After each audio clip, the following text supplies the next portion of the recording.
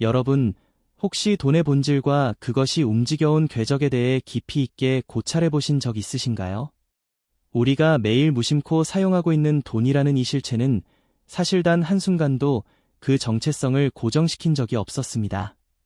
인류 최초의 경제활동은 단순한 물물 교환으로 시작되었고, 이후 특정 지역에서 희소성과 미적 가치를 지닌 조개 껍데기가 통화의 역할을 대신했습니다. 그리고 찬란하게 빛나는 금과 은이 수천 년간 인류의 부와 권력을 상징하는 보편적인 가치 저장 수단으로 군림했죠. 마침내 현대에 이르러 우리는 국가의 신용과 강제력을 바탕으로 그 가치를 보증하는 종이조각, 즉 법정화폐, 피아트 커런시 시대에 살고 있습니다. 그런데 바로 이 현대 금융 시스템의 근간에 지금 그 누구도 예상치 못한 거대한 균열이 가기 시작했습니다. 이 변화는 우리가 스마트폰 화면 속 뉴스나 금융 지표를 통해 인지하지 못하는 사이 이미 깊숙이 진행되고 있는 현실입니다. 자, 여기 중동의 뜨거운 건설 현장에서 고된 노동을 하고 있는 네팔 출신 이주 노동자 라메시의 실제 이야기부터 들어보시죠. 라메시는 매달 자신이 피땀 흘려번 월급의 절반 이상을 고향 네팔의 가족에게 보냅니다. 하지만 이 필수적인 과정은 여전히 20세기 중반의 비효율성을 벗어나지 못하고 있습니다. 라메시가 돈을 보내기 위해서는 땡볕 아래 환전소와 송금 대행 창구를 찾아다니며 긴 줄을 감수해야 합니다. 국제 송금 수수료는 이용 경로와 중개은행의 복잡도에 따라 천차만별이지만 세계 평균이 대체로 6%를 웃돌고 있으며 심지어는 외딴 지역이나 소액 송금의 경우 10%에 육박하는 경우도 허다합니다. 이는 100만 원을 보내면 순식간에 수만 원이 알 수 없는 비용으로 사라진다는 의미이며 이 비효율적인 통행세로 인해 전 세계 이주 노동자들이 매년 수십억 달러의 손해를 보고 있다는 뜻입니다. 문제는 속도에서도 발생합니다. 은행을 통한 국제 송금은 영업일 기준으로 중개은행의 규정 확인과 자금 세탁 방지, AML, 절차 때문에 수일에서 길게는 일주일까지 소요될 때도 있습니다. 사막 한가운데서도 스마트폰으로 실시간 고화질 화상통화를 하는 이 초연결 시대에 왜 돈의 이동만은 여전히 1970년대처럼 느리고 비싼 것일까요? 그 근본적인 이유는 지금 우리가 사용하는 국제금융결제 시스템이 1970년대 초에 출범한 스위프트, 국제은행 간 통신협정, 같은 오래된 메시징 표준 위에 다단계 중개와 복잡한 규정 구조가 겹쳐져 있기 때문입니다. 이를 가장 쉽게 비유하자면 전 세계 모든 은행들이 서로 연결된 녹슬고 복잡한 미로 같은 수도관 네트워크라고 상상해 볼 수 있습니다. A라는 은행에서 B라는 은행으로 물, 돈을 보내려면 중간에 나스트로, 바스트로 계정 조정, 수많은 규제 심사, 그리고 핵심 중개은행들, 밸브와 펌프 역할을 반드시 거쳐야 합니다. 이 과정 하나하나마다 시간 지연이 발생하며 수수료라는 통행세가 부과되는 것입니다. 데이터를 보면 전 세계 국제 송금 시장의 규모가 워낙 방대하기 때문에 평균 비용이 몇 %만 돼도 수수료 총액이 매년 수백억 달러 규모로 추정됩니다. 이 엄청난 규모의 돈이 그저 낡고 비효율적인 시스템을 유지하는 데 소모되고 있는 셈입니다. 하지만 이것은 단순히 느리고 비싼 비효율의 차원을 넘어선 문제입니다. 지금 수면 위로 떠오르고 있는 것은 훨씬 더 근본적이고 우리의 경제 구조 자체를 뒤흔들 무서운 변화입니다. 바로 인공지능, AI의 전면적인 경제 활동 투입입니다. 앞으로 몇 년 안에 우리의 일상적인 경제 활동의 상당 부분, 혹은 중추적인 부분이 AI에 의해 자율적으로 자동화되고 대리 수행될 가능성이 매우 높습니다. 예를 들어, 당신의 인공지능 비서는 냉장고 속 우유 재고가 떨어진 것을 확인하는 즉시 최저가를 제시하는 마켓을 검색하고 당신의 계좌에서 자동으로 결제 및 주문을 완료합니다. 당신의 AI 개인 여행 플래너는 당신의 휴가 일정과 선호도에 맞춰 가장 저렴한 항공권과 숙소를 실시간으로 비교하고 인간의 승인 없이도 예약과 결제를 마칩니다. 인간이 일일이 개입할 필요가 없는 자율 에이전트 경제, 오타너머스 에이전트 이카너미가 도래하는 것입니다. 그런데 여기에 치명적인 구조적 문제가 있습니다. 이처럼 똑똑하고 효율적인 AI가 지금 우리가 쓰는 금융 시스템 내부의 돈을 직접적으로 이해하고 자유롭게 다루기에는 근본적인 한계가 있다는 점입니다. 왜냐하면 현재의 돈은 은행 서버 시스템, 복잡한 규제, 그리고 인간이 개입해야만 작동하는 인증 절차에 공인인증서, OTP에 강하게 묶여있기 때문입니다.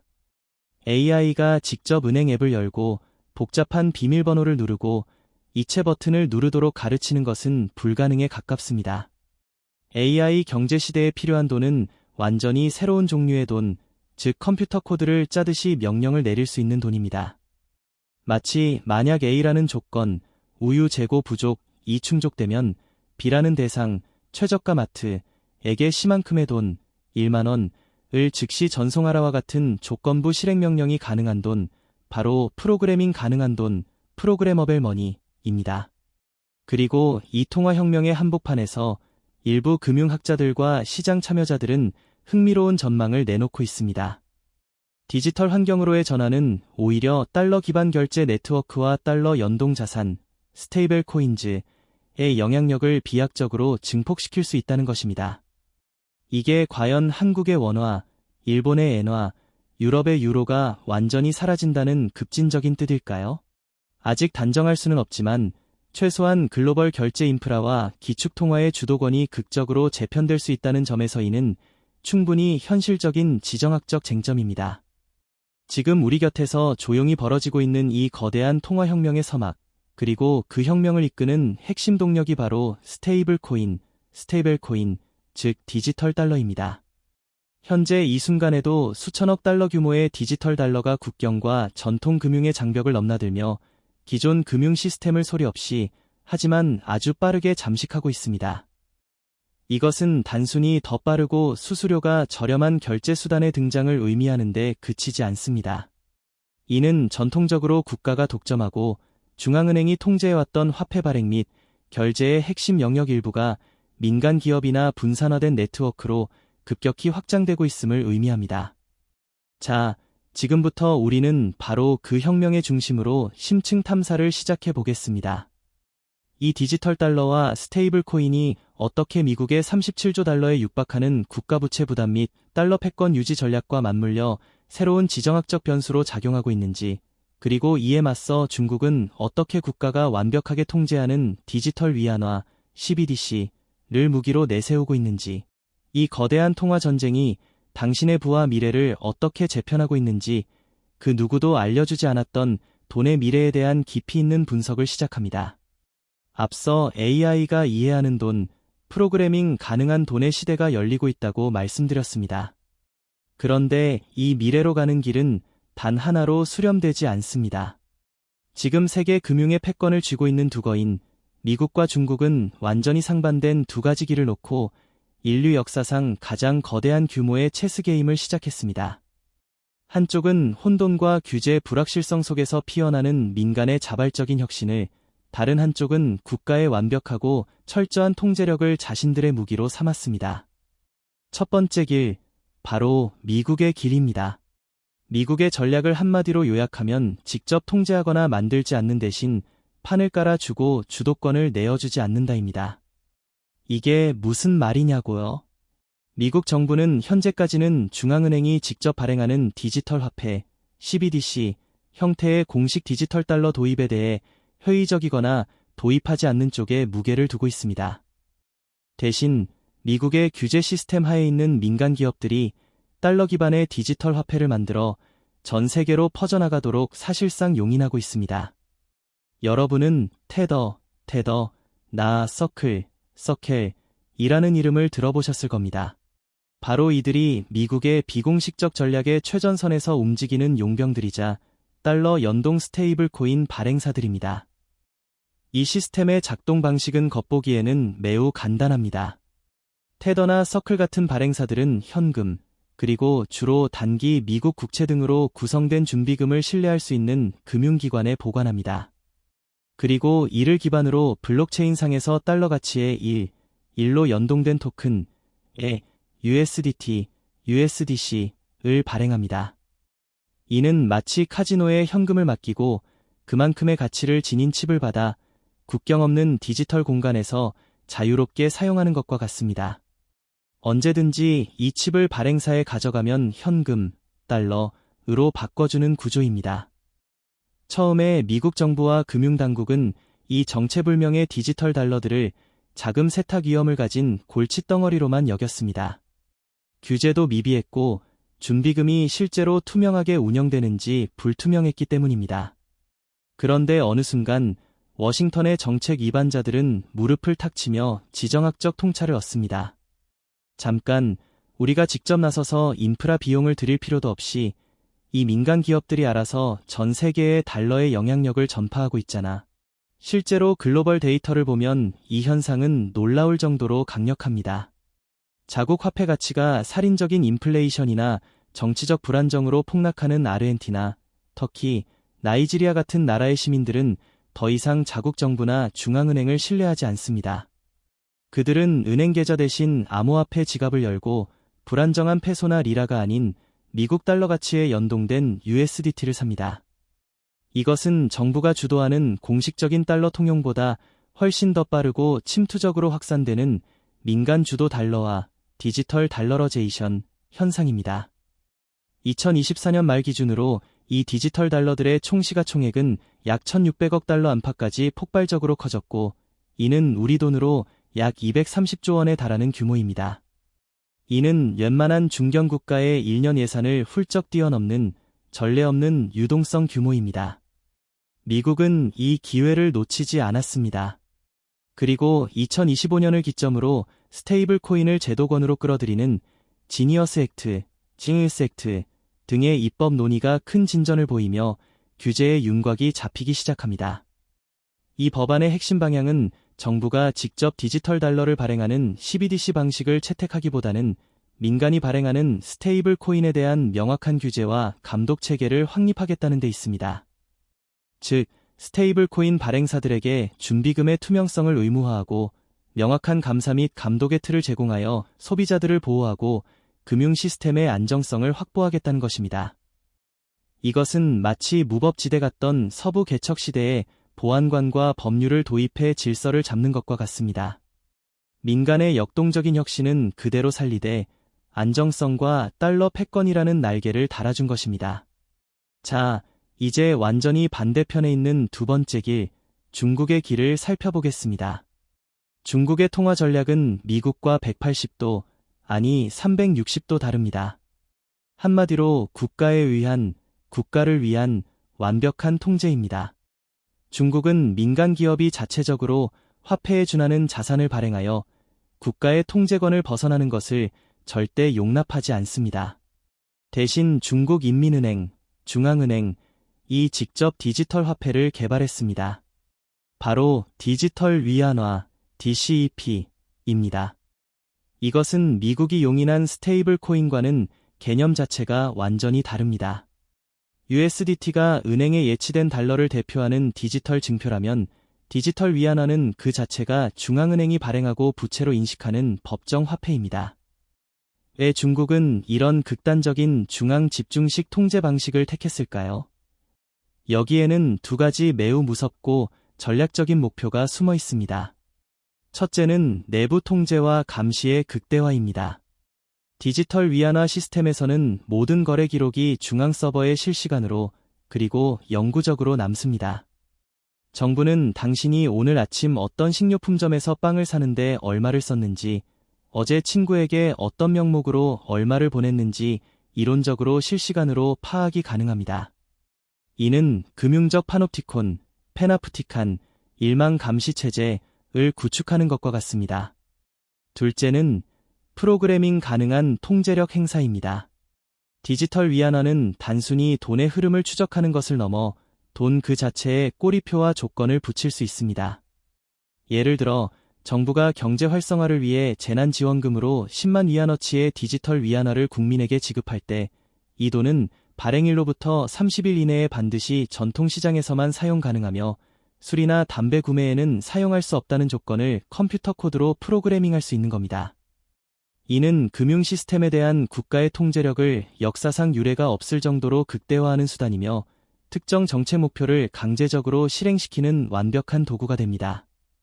그야말로 디지털 파놉티콘의 탄생을 알리는 서막인 것입니다. 둘째, 그리고 중국이 품고 있는 더 거대하고 위험한 야심은 바로 달러 패권에 대한 정면 도전입니다. 앞서 상세히 설명해드린 것처럼 지금 전 세계의 국제 송금과 무역 대금 결제는 스위프트라는 미국 중심의 금융통신망을 반드시 거쳐야만 합니다. 미국은 이 달러 결제망을 활용한 강력한 제재 집행 능력을 바탕으로 국제 금융의 흐름과 방향에 절대적인 영향력을 행사해왔습니다.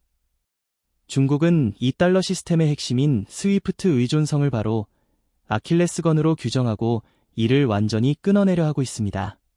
중국은 1대1로 사업에 참여하는 아프리카나 동남아시아의 개발도상국들에게 매우 달콤한 제안을 속삭이고 있습니다. 미국 달러나 스위프트 같은 낡고 비효율적인 시스템 말고 우리의 디지털 위안화, DCP로 원유나 무역 대금을 결제합시다. 기존 국제 송금 방식에 비해 수수료는 제로에 가깝고 실시간으로 처리되며 무엇보다 미국의 감시와 제재, 금융 패권의 그림자를 영원히 피할 수 있습니다. 이것은 현재의 국제 금융 질서, 즉 미국이 주도하는 브레턴우즈 체제의 심장을 겨누는 날카로운 비수와도 같은 행동입니다. 정리해보자면 미국의 방식이 수많은 작은 보트들이 각자 자율적으로 항해하며 새로운 대륙을 발견하게 놔두는 자유분방하고 분산적인 방식이라면 중국의 방식은 국가라는 거대한 항공모함이 모든 함대를 철저하게 통제하며 정해진 목표를 향해 일사불란하게 나아가도록 명령하는 중앙집권적 통제 시스템과 같습니다. 자유분방하지만 통제가 어려운 혁신이냐, 아니면 효율적이지만 모든 것이 국가에 의해 감시되는 통제 경제냐. 미래 금융의 표준을 놓고 벌어지는 이 거대한 문명적 대결의 승자는 과연 누가 될까요? 하지만 이 모든 대결 구도 뒤에 숨겨진 정말 소름 돋는 지점이 하나 더 있습니다.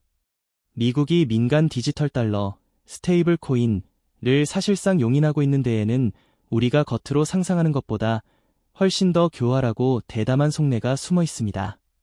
바로 자신들의 목을 옥죄어오는 37조 달러, 한화로 약 5경 원에 달하는 천문학적인 빚더미를 해결하기 위한 비장의 카드로 이 민간 디지털 달러를 활용하고 있다는 사실입니다.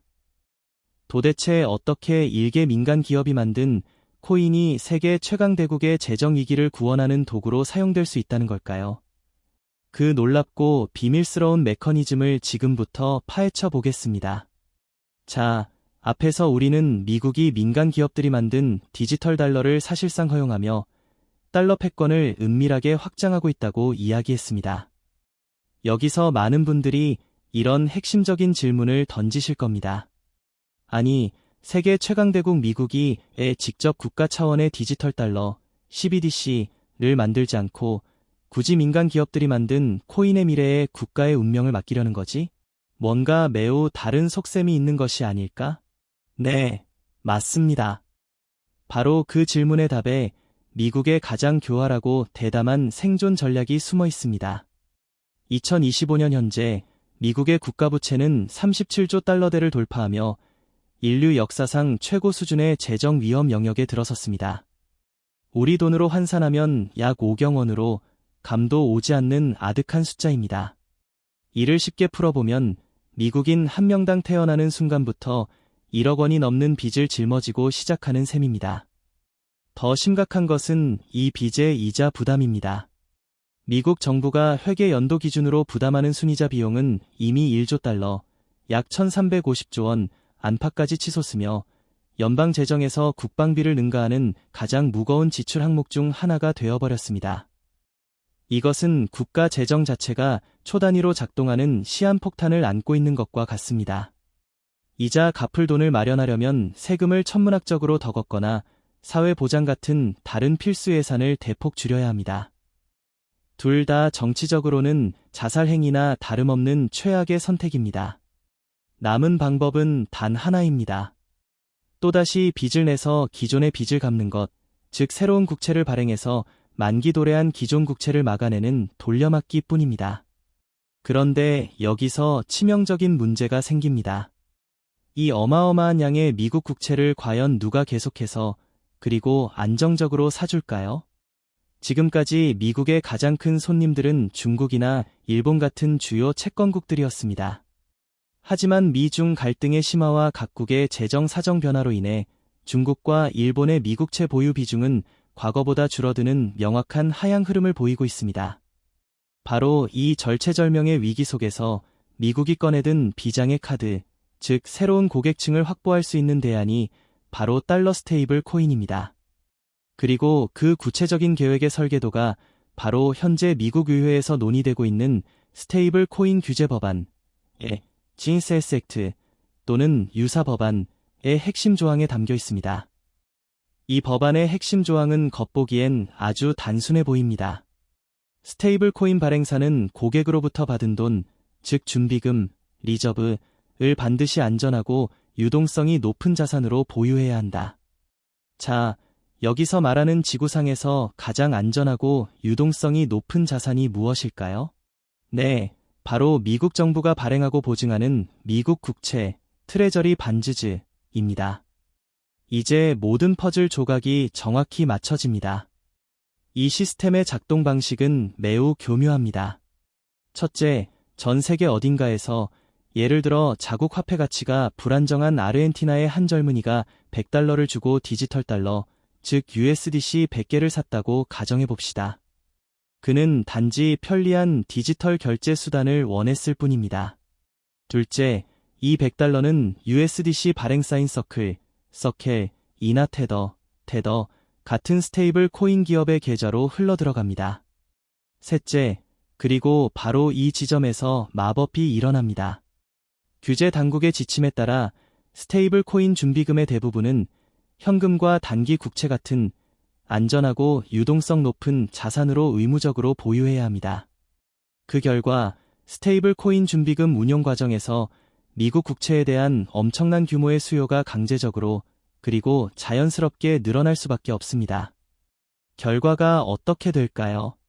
아르헨티나 청년은 그저 환율 위험 없이 편리한 디지털 달러를 샀을 뿐인데 자신도 모르는 사이에 간접적으로는 그 자금이 미국 정부의 국채 자금 조달 구조에 영구히 편입되는 효과를 낳게 됩니다. 그의 돈은 전 세계 수많은 익명의 개인들로부터 쏟아져 나오는 미국 국채의 새로운 마르지 않는 수요가 되어준 것입니다. 이것을 거대한 그림으로 한번 상상해 보십시오. 전 세계 수억 명의 사람들이 자국 통화의 불안정성을 피해 스테이블 코인을 사용할 때마다 그 돈이 마치 거대한 진공청소기, 베큐um 클리너처럼 빨려 들어가 미국 재무부의 금고로 쉼없이 흘러 들어가는 것입니다. 미국은 이제 특정 국가, 중국, 일본에 대한 국채 수요 의존도를 낮출 수 있는 완전히 새로운 선택지를 확보하게 됩니다. 이름도 얼굴도 모르는 전 세계 수많은 개인들로부터 24시간, 심지어 주말에도 마르지 않는 자금을 조달할 수 있는 거대한 새로운 파이프라인을 구축한 것입니다. 실제로 데이터를 보면 이 전략의 위력이 얼마나 강력한지 드러납니다. 2025년 들어 달러 스테이블 코인 전체 시가총액이 이미 2천억 달러를 훌쩍 넘나드는 구간까지 커졌다는 통계가 나오고 있습니다. 만약 이 중 80%만 미국 국채로 보유된다고 가정해도 무려 1,600억 달러, 약 216조 원라는 엄청난 규모의 안정적인 국채 매수 수요가 시장에 추가된 셈입니다. 결국 미국은 디지털 화폐라는 새로운 기술 혁신을 통해 달러 패권을 한 단계 더 교묘하게 진화시킨 것입니다. 과거에는 중동의 석유를 반드시 달러로만 결제하게 만든 페트로달러, 펜노달러 시스템으로 달러의 지위를 지켰다면 이제는 전 세계 디지털 금융 생태계의 심장에 미국 국채 매수라는 칩을 영구적으로 심어버린 크립토달러 시스템을 구축하고 있는 것입니다. 하지만 동전에는 항상 양면이 있는 법입니다. 미국의 이 영리하고 교활한 전략이 강화될수록 달러 시스템에서 완전히 벗어나려는 움직임 또한 더욱 거세지고 있습니다. 특히 러시아나 이란처럼 미국의 금융 제재와 감시 아래 놓여 있는 국가들은 이 달러의 새로운 디지털 덫에 걸려들 생각이 전혀 없습니다. 그들은 필사적으로 달러 패권을 우회할 수 있는 대안을 찾고 있습니다. 그들이 선택한 탈출구는 무엇일까요? 중국의 디지털 위안화일까요? 아닙니다. 그건 미국의 통제에서 벗어나 중국이라는 또 다른 거대한 국가의 통제 아래로 스스로 걸어 들어가는 것일 뿐이기 때문입니다. 그들이 현재 가장 주목하는 것은 그 어떤 국가나 중앙기관도 통제할 수 없는 진정한 탈중앙화된 자산, 바로 비트코인입니다.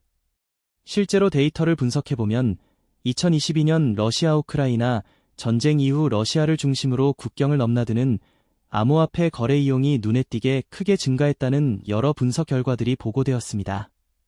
이들 국가는 스위프트망을 우회하여 해외와 무역 대금을 결제하고 제재 대상 자산을 해외로 빼돌리는 통로로 비트코인과 같은 탈중앙화 자산을 제재 회피와 자금 이동의 확실한 대안으로 사용하고 있습니다.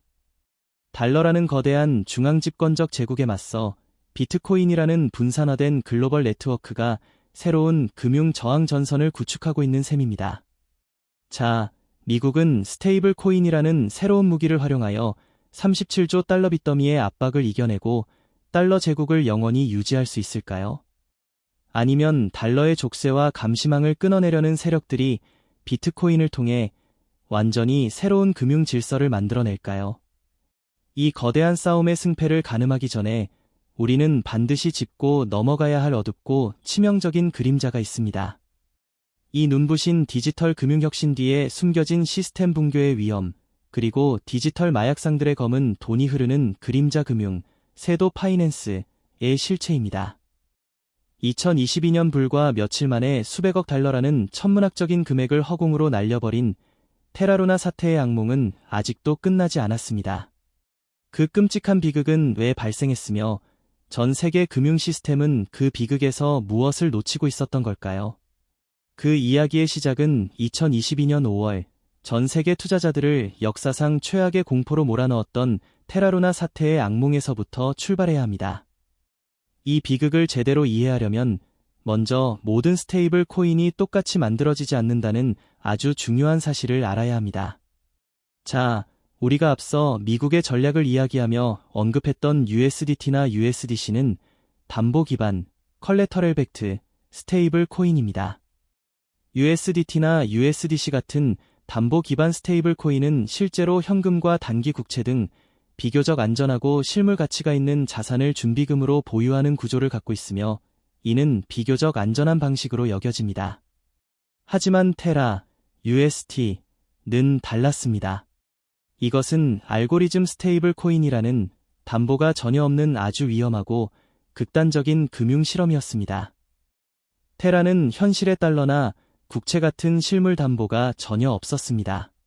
대신 테라, UST라는 스테이블 코인과 루나, A라는 자매 코인이 두 코인이 복잡한 소각 및 발행 메커니즘을 통해 서로의 가격을 아슬아슬하게 떠받치는 시속 게임을 하도록 설계되었습니다. 작동 방식은 이렇습니다. 만약 시장에서 테라, UST의 가격이 1달러 밑으로 조금이라도 떨어지면 예를 들어 99달러가 되면 시스템은 투자자들에게 이렇게 속삭입니다. 지금 99달러짜리 테라를 사서 우리에게 가져오면 무조건 1달러 가치에 해당하는 루나 코인으로 바꿔줄게. 그러면 사람들은 이 1센트의 차익을 노리고 너도 나도 싼 테라를 사서 루나로 바꾸려 할 것이고 그 과정에서 테라의 공급이 줄어들면서 테라의 가격은 다시 1달러로 자동으로 올라가게 됩니다. 반대로 테라 가격이 1달러를 초과하면 문단 끝. 이 메커니즘은 테라의 가격이 떨어지면 루나를 발행하고 테라 가격이 오르면 루나를 소각하는 디지털 시소였습니다. 이론적으로는 완전 무결한 것처럼 보였죠. 담보물 없이도 1달러의 가치를 영구히 유지할 수 있다는 21세기형 디지털 연금술. 그러나 그 화려한 청사진 아래에는 치명적인 취약점이 있었습니다. 이 모든 복잡한 알고리즘은 단 하나의 지극히 인간적인 요소에 의존했습니다. 바로 맹목적인 믿음이었습니다. 투자자들이 루나와 테라 시스템이 결코 무너지지 않을 것이라는 확신을 거두지 않는 한에서만 작동하는 구조였죠. 이 개발자들은 이 숭고한 믿음을 사기 위해 너무나 달콤한 독을 풀었습니다. 바로 앵커 프로토콜이라는 서비스입니다. 여기에 테라를 예치하면 당시 시중 은행 금리가 1%에도 미치지 못하던 시기에 연 20%라는 상식적으로 불가능한 이자율을 약속했습니다. 이 마법 같은 수익률에 현혹된 전 세계의 자금들이 구름처럼 몰려들었고 테라와 루나의 가격은 천장을 뚫고 상승했습니다. 하지만 2022년 5월 9일 그 미친 듯한 열기에 찬물을 끼얹는 대규모 매도 물량이 쏟아져 나오며 시스템에 첫 균열이 생겼습니다. 테라 가격이 잠시 1달러 아래로 미끄러지는 순간 투자자들의 마음속에 숨어있던 불안감이 폭발했습니다. 저 시소가 정말 무너지는 거 아닐까? 공포가 전염병처럼 시장을 덮쳤고 패닉셀, 이 도미노처럼 시작됐습니다. 이 끔찍한 죽음의 소용돌이, 데스 스파이레는 4단계를 거치며 파국으로 치달았습니다. 첫째, 테라의 가격 방어를 위해 알고리즘은 계획대로 천문학적인 양의 루나 코인을 새로 발행하여 시장에 투입했습니다. 둘째, 루나의 공급량이 기하급수적으로 폭증하자 루나의 가치는 아무도 예측하지 못한 속도로 수직 낙하했습니다. 셋째, 루나 가격이 바닥을 뚫고 추락하는 모습을 목격한 투자자들은 이 시스템 전체가 회생불능 상태임을 깨닫고 남은 테라를 헐값에라도 던지기 시작했습니다. 넷째, 이는 테라 가격을 다시 한번 폭락시키는 결과를 낳았고 시스템은 악순환을 끊지 못하고 더 많은 루나를 찍어내야 하는 지옥에 갇혔습니다. 이 악순환이 며칠 동안 반복되면서 불과 며칠 전까지만 해도 10만 원을 호가하던 루나 코인은 한순간에 휴지 조각이 되었고 영원히 1달러일 것이라던 테라는 1원짜리 동전보다도 못한 가치로 전락했습니다. 이는 현대 금융 역사상 가장 뼈아픈 알고리즘 기반 금융 대참사로 기록됩니다. 테라 사태는 우리에게 2가지 뼈아픈 교훈을 남겼습니다. 첫째, 모든 스테이블 코인이 안정적이지 않으며 둘째, 정부의 통제를 받지 않는 무분별한 금융혁신이 얼마나 끔찍한 괴물을 탄생시킬 수 있는지를 말입니다. 하지만 스테이블 코인의 진짜 위험은 내부 붕괴의 가능성뿐만이 아닙니다. 어쩌면 더 심각한 문제는 이 놀랍도록 편리한 디지털 달러가 이제 범죄자들의 새로운 최첨단 놀이터가 되고 있다는 사실입니다. 당신이 만약 국제 마약 카르텔의 보스라고 가정해봅시다. 수십억 원에 달하는 검은 돈을 국경 너머로 비밀리에 옮겨야 합니다. 과거에는 제임스 본드 영화처럼 현금이 가득 찬 가방을 항공기에 실어 나르거나 복잡한 유령 회사를 수십 개 동원해 지루한 돈 세탁 절차를 거쳐야 했습니다. 이 과정은 시간도 오래 걸리고 수수료도 비쌌으며 무엇보다 금융당국이 추적할 수 있는 흔적이 반드시 남았습니다. 그런데 스테이블 코인을 사용하면 어떻게 될까요? 스마트폰의 버튼 몇 번만 누르면 수수료는 거의 들지 않고 단 몇 초 만에 수십억 원이 지구 반대편의 지갑으로 이동합니다. 누가 이 돈을 보냈고 누가 받았는지 그 흐름을 파악하는 것은 과거의 은행 거래 기록을 추적하는 것보다 훨씬 더 복잡하고 어렵습니다. 범죄 조직에게 이보다 더 완벽하고 효율적인 도구는 없었을 것입니다. 이는 단순한 추측이 아닙니다. 주요 블록체인 분석 기관들과 국제금융기구들은 이미 스테이블 코인이 불법 자금 이동 및 테러 자금 조달에 악용되는 구체적인 사례들이 증가하고 있다고 경고하고 있습니다. 바로 이 지점이 각국 정부가 스테이블 코인을 두고 그림자 금융, 섀도우 파이낸스이라 부르며 극도의 경계심을 갖는 핵심 이유입니다. 이는 기존 은행 시스템의 울타리 밖에서 정부의 통제와 감시망을 완전히 벗어나 흐르는 거대한 검은 돈의 강과 같습니다. 규제 당국이 두려워하는 것은 이 강물이 감당할 수 없을 만큼 불어나 기존의 금융 시스템 자체를 붕괴시킬 대홍수가 되는 것입니다. 이를 막기 위해 전 세계 규제 당국은 필사적으로 댐을 쌓아 올리려 하고 있습니다. 국제자금 세탁방지기구 FATF는 암호화폐 거래소에게 은행과 동일하게 고객의 신원 확인 KYC를 의무화하는 트래벨룰을 전격 도입했습니다.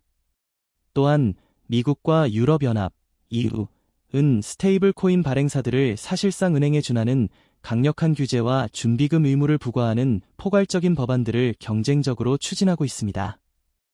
이 모든 위험 요소를 듣고 나면 자연스럽게 이런 질문이 떠오를 것입니다. 시스템적으로도 취약하고 범죄에나 악용되는 기술이라면 차라리 아예 없애버리는 것이 현명하지 않을까? 매우 일리 있는 질문입니다. 하지만 놀랍게도 전 세계의 주요 정부들과 구글, 메타, 아마존 같은 거대 빅테크 기업들은 위험천만한 스테이블 코인을 외면하기는커녕 오히려 미래 경제의 핵심 인프라로 간주하고 막대한 자본과 인력을 쏟아붓고 있습니다.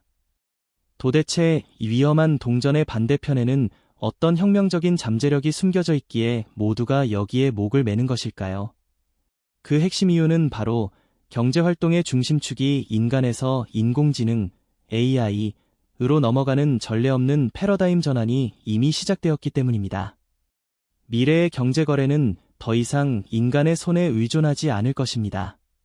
그리고 그 새로운 경제의 핵심 주역인 AI 에이전트에게는 프로그래밍 가능한 형태의 디지털 화폐가 필수적인 수단이 됩니다. 우리는 지금부터 공상과학 영화를 이야기하는 것, 이 명령이 떨어지는 즉시 당신의 AI 에이전트는 초고속으로 작동하기 시작합니다. 첫째, AI는 가족 구성원 모두의 캘린더와 스케줄을 확인하여 가장 최적인 출발 날짜를 자동으로 확정합니다. 둘째, 전 세계 수백 개의 항공사 데이터와 여행 사이트를 실시간으로 분석하여 예산에 딱 맞는 최적의 항공편을 찾아냅니다. 단순히 가격만 비교하는 것이 아닙니다.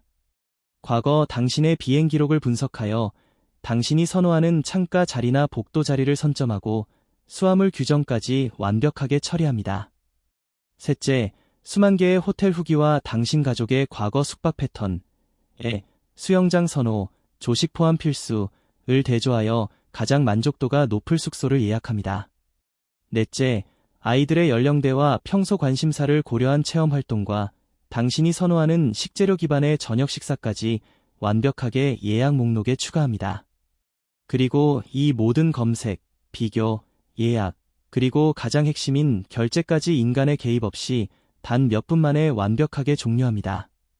당신은 최종 보고서만 검토한 후 승인 버튼 하나만 누르면 됩니다. 이것이 바로 AI 에이전트 경제의 충격적인 서막입니다. 그런데 바로 이 지점에서 인류가 한 번도 경험해보지 못한 거대한 병목 현상, 바텔렉이 발생합니다. 이처럼 빠르고 효율적인 AI 에이전트가 현존하는 금융 시스템에서는 인간의 승인 없이 은행 계좌의 자금을 직접 집행하는 것이 거의 불가능하다는 점입니다. 왜 그럴까요? 그 이유는 우리가 지금 사용하고 있는 금융 인프라 전체가 인간의 눈과 손을 기준으로 설계되었기 때문입니다. 이는 최첨단 자율주행 전기차에게 1970년대에 거칠고 복잡한 비포장 도로를 달리라고 요구하는 것과 같습니다. 상상해 보십시오. AI가 당신의 신용카드로 결제하려면 어떤 절차를 거쳐야 할까요? 16자리 카드 번호, 유효기간, CVC 번호를 입력해야 합니다. 결제창이 뜨면 ISP나 앱카드를 실행하고 6자리 비밀번호를 입력해야 합니다. 때로는 본인 인증을 위해 휴대폰으로 전송된 일회용 문자를 확인해야 합니다. 이 모든 과정은 금융사기를 막기 위해 인간을 대상으로 만들어진 AI에게는 느리고 불필요한 장애물일 뿐입니다. 은행 송금은 더욱 복잡합니다. AI가 은행 앱을 열고 각종 공인 인증수단과 보안 절차를 거쳐야 하며 이체 버튼을 누르고 보안 비밀번호를 재차 입력해야 합니다. AI 경제 시대에 필요한 돈은 완전히 새로운 종류의 돈입니다. 그것은 기계가 이해할 수 있는 돈, 기계와 기계가 직접 코드로 소통하고 명령을 내릴 수 있는 프로그래밍 가능한 돈, 프로그래머벨 머니입니다. 이것이 바로 스테이블 코인이나 중앙은행 디지털 화폐, CBDC가 단순한 결제 수단을 넘어 미래 경제의 근본적인 운영 체제가 되어야 하는 이유입니다. 프로그래밍 가능한 돈이 실현되면 금융의 패러다임이 바뀝니다. 예를 들어 당신의 자율주행차는 고속도로의 톨게이트를 지날 때마다 더 이상 하이패스 단말기를 거칠 필요가 없습니다. 그냥 이동한 거리나 사용시간에 비례하여 초소액 단위, 마이크로 유니트로 요금이 실시간 정산됩니다. 전기차 충전소에 도착했을 때도 마찬가지입니다. 충전이 시작되는 순간부터 충전된 전기량만큼만 정확하게 결제합니다. 당신이 구독하는 온라인 콘텐츠도 더 이상 월 9,500원 같은 덩어리 결제가 아닙니다. 당신의 AI 에이전트가 당신이 기사 한 줄을 읽을 때마다, 영상을 10초 볼 때마다 작가와 제작자에게 직접 실시간 스트리밍 방식으로 금액을 지급합니다. 이것은 단순히 결제가 편리해지는 수준의 이야기가 아닙니다. 이는 경제 구조 전체가 뿌리부터 뒤바뀌는 혁명적인 패러다임 전환입니다. 인간이 정해놓은 월 단위, 건 단위의 거대한 결제 블록들이 사라지고 기계들이 만들어내는 마이크로초 단위의 끊임없는 가치 흐름으로 대체되는 것입니다. 겁니다. 숫자로 보면 그 변화는 더 명확해집니다. 비자 네트워크는 초당 약 6만 건 수준의 거래 처리 용량을 갖춘 것으로 알려져 있습니다. 하지만 AI 에이전트 경제가 본격화되면 현재 금융 인프라로는 감당하기 어려운 수준의 초대 규모 마이크로 트랜잭션 처리가 요구될 가능성이 커집니다. 기존의 은행 전산망이나 전통적인 카드 시스템으로는 절대 감당할 수 없는 초당 수백만 건 이상의 기계 간 결제, M2M가 폭발적으로 증가하는 규모입니다. 이제 왜 구글과 메타 같은 빅테크 기업들이 그토록 스테이블 코인에 집착했는지, 그리고 왜 각국 중앙은행들이 서둘러 CBDC 개발에 뛰어들고 있는지 그 진짜 이유가 보이시나요? 그들은 다가올 AI 경제 시대의 돈의 흐름 자체를 지배하는 자가 미래 세계 전체의 경제 운영체제, 아퍼레이팅 시스템을 통제하게 될 것이라는 사실을 누구보다 먼저 깨달은 겁니다. 많은 일상적 결제는 점차 인간의 직접 개입 없이 AI의 자율적인 판단에 의해 실시간으로 처리되기 시작할 것입니다. 인간은 그저 AI에게 최종적인 목표와 의도를 전달할 뿐입니다. 돈을 쓰고 돈을 버는 경제활동의 최전선은 이제 기계들의 차지가 될 겁니다. 그렇다면 질문은 이제 우리에게로 돌아옵니다. 이 거대한 디지털 통화 전쟁 속에서 대한민국은 어디에서 있어야 할까요? 우리 스마트폰 속 AI 비서가 미국 달러 기반의 결제 시스템을 쓰고 중국 위안화 기반의 공공결제 체계에 의존하게 되는 미래. 이것이 우리가 맞이해야 할 당연한 현실일까요? 만약 그런 방향으로 굳어진다면 우리는 통화와 결제의 주도권을 외부에 의존하는 21세기형 디지털 금융 종속, 디지털 파이낸셜 베설리지 상태에 가까워질 수 있습니다. 그렇게 되면은 국내에서 발생하는 AI 기반 거래 데이터와 결제 흐름 상당 부분이 미국 빅테크 기업들이 설계한 플랫폼과 인프라 위로 흘러가게 될 가능성이 큽니다. 한국은행이 기준금리를 조정하더라도 시중에서 달러 스테이블 코인의 활용 비중이 크게 높아질 경우 통화 정책의 실질적인 영향력은 점차 약화될 수밖에 없습니다. 지금 한국에서는 원화 스테이블 코인이 필요한가 아닌가를 두고 소모적인 논쟁이 벌어지고 있습니다. 하지만 이건 질문 자체가 잘못됐습니다. 이건 마치 자동차가 고속도로를 질주하는데 우리는 더 빠르고 힘이 센 말이 필요한가를 토론하는 것과 같습니다. 진짜 질문은 이것입니다. 우리의 자동차, 즉 K코인이라는 독자적인 디지털 통화 수단을 가지고 어떤 새로운 길을 개척하고 디지털 영토를 확장할 것인가? 여기서 많은 분들이 이렇게 생각하실 겁니다. 원화 스테이블 코인, 그거 그냥 제2의 카카오페이나 네이버페이 아닌가? 이미 충분히 편리한데 굳이 왜 필요하지? 우리는 완전히 다른 판을 짜야 합니다. 단순한 국내용 결제 수단을 넘어 한국이 세계에서 가장 잘하는 것과 K코인을 결합한 전략적 융합무기로 만들어야 합니다. 우리가 압도적인 우위를 점할 수 있는 전장은 명확합니다. 바로 두 곳입니다.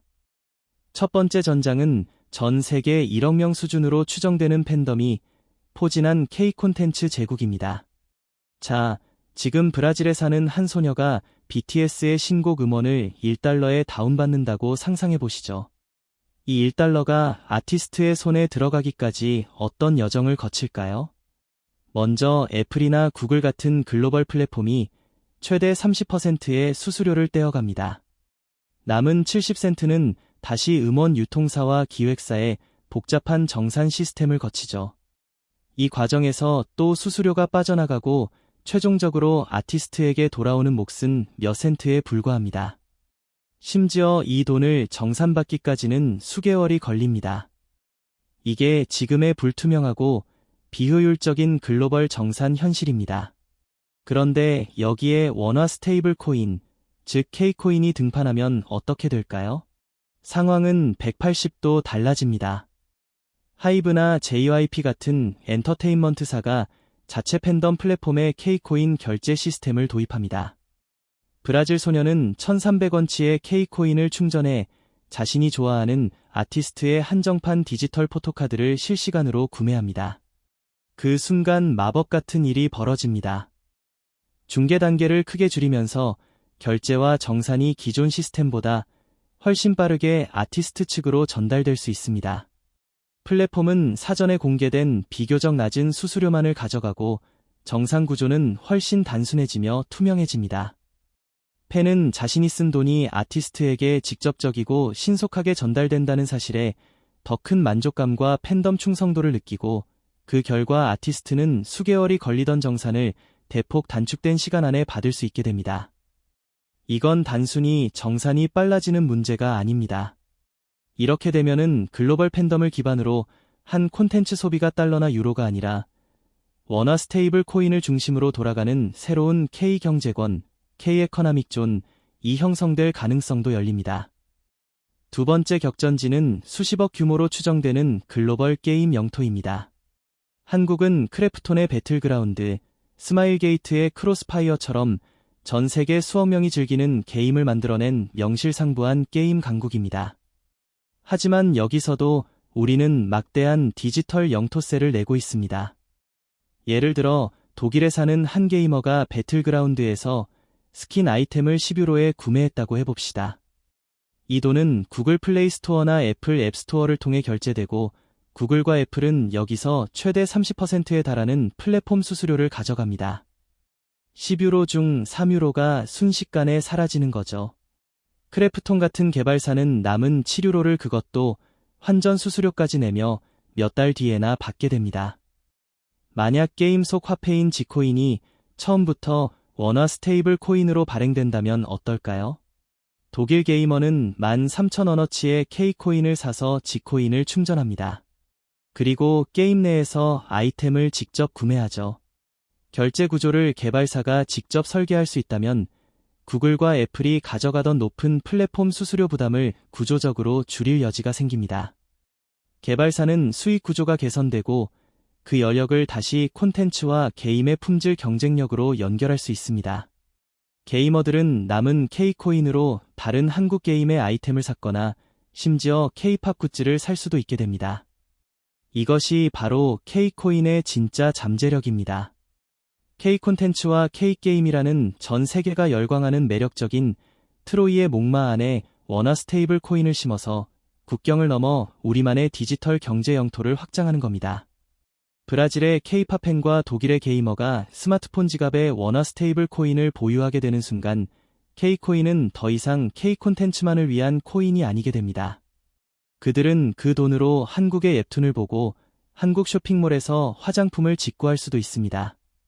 이는 한국이라는 물리적 국경을 넘어 원화를 기반으로 한 디지털 경제 영향력이 해외로 그리고 일상생활 속으로 확장될 수 있음을 의미합니다.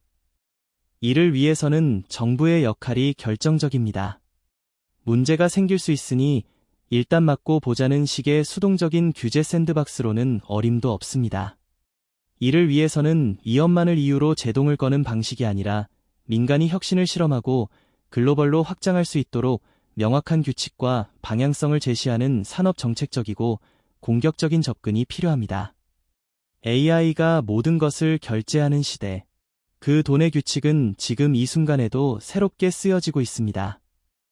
우리는 그저 미국과 중국이 만들어 놓은 규칙을 따르는 수동적인 사용자로 남을 것인가? 아니면은 우리만의 규칙을 만들어 새로운 판을 여는 설계자가 될 것인가? 선택의 시간은 이미 시작됐습니다. 그리고 이 선택의 결과에 따라 앞으로 수십 년간 우리 자녀 세대의 부와 대한민국의 경제적 운명이 결정될 것입니다. 자, 이제 우리는 이 거대한 이야기의 마지막에 도달했습니다. 미국 중심의 민간 코인, 중국 중심의 국가 코인, 그리고 그 어디에도 속하지 않으려는 비트코인. 이들이 충돌하며 만들어낼 미래의 금융 질서는 과연 어떤 모습일까요? 그리고 그 거대한 금융 특이점 앞에서 당신의 지갑은 과연 누구의 것이 될까요? 마지막 여정을 시작하겠습니다. 자, 우리는 지금 돈의 역사에서 가장 거대한 변곡점을 통과하고 있습니다. 이제 모든 조각들을 맞춰볼 시간입니다. 앞으로 우리 눈앞에 펼쳐질 미래의 금융지도는 과거의 국가 경계선과는 전혀 다른 세계의 거대한 대륙으로 나뉘어 치열한 영토 전쟁을 벌이게 될 것입니다. 첫 번째 대륙은 미국 중심의 민간 스테이블 코인 블록입니다. 이곳은 테더와 서클 같은 민간 기업들이 발행한 디지털 달러가 기축 통화 역할을 합니다. 마치 로마 제국이 닦아놓은 길 위에서 자유로운 상업이 꽃피웠듯 이곳은 혁신적이지만 때로는 혼란스럽고 자유롭지만 그만큼 예측 불가능한 힘이 지배하는 세상입니다. 모든 길은 결국 미국 국채라는 심장으로 통하는 보이지 않는 달러의 제국이자 자본의 절대적 힘이 통용되는 거대한 서부 개척 시대와 같습니다. 두 번째 대륙은 중국 중심의 국가 통제 CBDC 블록입니다. 이곳은 디지털 위안화라는 단일한 화폐가 모든 것을 지배합니다. 모든 거래는 국가라는 거대한 중앙 서버에 의해 실시간으로 감시되고 통제됩니다. 이곳의 질서는 완벽하고 효율적입니다. 하지만 그 대가로 개인의 금융 프라이버시는 존재하지 않습니다. 마치 거대한 성벽으로 둘러싸인 모든 것이 계획되고 중앙의 의도대로 움직이는 완벽한 통제도시 국가와도 같습니다. 그리고 마지막 세 번째 대륙이 있습니다. 그 어떤 블록에도 속하지 않으려는 독립영토, 바로 비트코인과 같은 탈중앙 자산들의 세계입니다. 이곳에는 왕도, 중앙은행도 없습니다. 오직 코드라는 불변의 법칙만이 존재하죠. 이곳은 미국의 제재를 피하려는 국가들에게는 유일한 탈출구가 되고 인플레이션으로부터 자산을 보호하려는 개인들에게는 그 어떤 권력에도 종속되지 않는 금융 주권을 제공하는 안식처입니다. 저희는 이 새로운 시대를 약속의 땅이라 부릅니다. 그러나 이 땅은 험준하고 거친 파도가 끊임없이 몰아치는 미지의 신대륙이며 예측 불가능한 시스템적 위험이 도사리는 곳이기도 합니다. 이중적인 특성을 명확히 인식해야 합니다. 그렇다면 이 각기 다른 금융 영역들이 서로 영원히 단절된 채 독립된 섬처럼 존재할까요? 놀랍게도 그 장벽들은 빠르게 허물어지고 있습니다. 현재 이 거대한 디지털 대륙들을 하나로 엮어내려는 초국가적인 다리가 건설되고 있는데 그것이 바로 엠브리지와 같은 혁신적인 프로젝트들입니다. 엠브리지는 이미 다국적 중앙은행 디지털 화폐, CBDC, 결제망을 실제 상업거래에 준하는 엄격한 환경에서 파일럿 실험을 진행해왔습니다. 2024년경에는 최소 기능 제품, MVP, 단계에 근접했다는 평가까지 나오면서 이는 글로벌 금융시장의 구조적 변화를 예고하며 후속 실험의 정교함이 극도로 고도화되고 있는 상황입니다. 자, 이제 이러한 거대한 금융기술 변화의 소용돌이 속에서 우리의 모든 고민은 단 하나의 근본적인 질문으로 응축됩니다. 바로 인공지능, AI, 이 인간을 대신하여 거의 모든 경제활동을 대리하는 시대가 도래했다는 전제하에 말입니다. 나의 스마트 에이전트가 탑재된 냉장고가 부족한 우유를 스스로 인지하고 구매하며 개인화된 AI 비서가 최적의 가격과 경로로 휴가를 예약하는 그런 자율 경제 활동 주체의 시대. 과연 그 AI 에이전트들이 사용하는 돈의 작동 규칙, 룰북 오브 머니은 누가 정의하고 통제하는 것일까요? 만약 그 돈이 미국의 빅테크 기업이나 핀테크 거물들과 연계된 디지털 달러라면 그 규칙은 구글, 메타 혹은 서클과 같은 미국의 거대한 민간 기업이 설계하고 주도하게 될 것입니다. 이들은 사용자 몰래 모든 거래마다 미세한 수수료를 차감하고 당신의 금융 데이터는 물론 모든 소비 패턴을 완벽하게 독점하며 디지털 감시 자본주의의 정점을 찍게 될 것입니다. 이는 곧 개인의 금융 주권 상실을 의미합니다. 반면 만약 그 돈이 중국 정부가 발행한 디지털 위안화라면 그 규칙은 공산당의 엄격한 통제하에 놓입니다. 그들은 사회신용 점수와 같은 특정 정치적, 사회적 조건에 따라 당신의 지갑에 담긴 돈을 즉시 동결시키거나 사용처와 사용기간을 제한하는 전례 없는 권력을 휘두를 수 있게 됩니다. 이는 통제된 국가 시스템으로의 편입을 의미합니다. 궁극적으로 다가올 미래의 부와 권력은 화폐를 발행하는 중앙은행이 아니라 그 돈이 어떻게 움직이고 누구에게 전달될지 정의하는 규칙, 즉 금융 시스템의 프로그래밍 코드를 설계하는 자가 완전히 지배하게 될 것입니다. 돈의 아키텍처를 결정하는 자가 곧 새로운 시대의 지배자가 되는 것입니다. 우리는 지금 화폐의 역사와 기술혁명의 역사가 충돌하여 폭발적인 시너지를 내는 금융특이점, 파이낸셜 싱귤레러티의 중심을 지나고 있습니다. 이는 과거의 통화 법칙이나 전통적인 경제 상식이 더 이상 작동하지 않는 완전히 새로운 차원의 금융 문명이 열리고 있음을 의미합니다. 이처럼 격변하는 변화의 거대한 파도 앞에서 우리는 그저 해변에서 무력하게 파도에 휩쓸려가는 방관자로 남아있을 것입니까? 아니면 직접 혁신이라는 서핑보드를 제작하고 파도의 방향과 흐름을 정확히 읽어내어 우리의 금융 주권을 확보하는 미래의 능동적인 설계자가 될 것입니까? 당신의 디지털 지갑, 그리고 그 지갑 속에 담겨야 할 미래의 경제적 자유와 부는 과연 누구의 통제하에 놓여야 마땅할까요? 이 모든 선택, 그리고 그 선택이 빚어낼 미래의 운명은 전적으로 우리 스스로의 몫으로 남아 있습니다.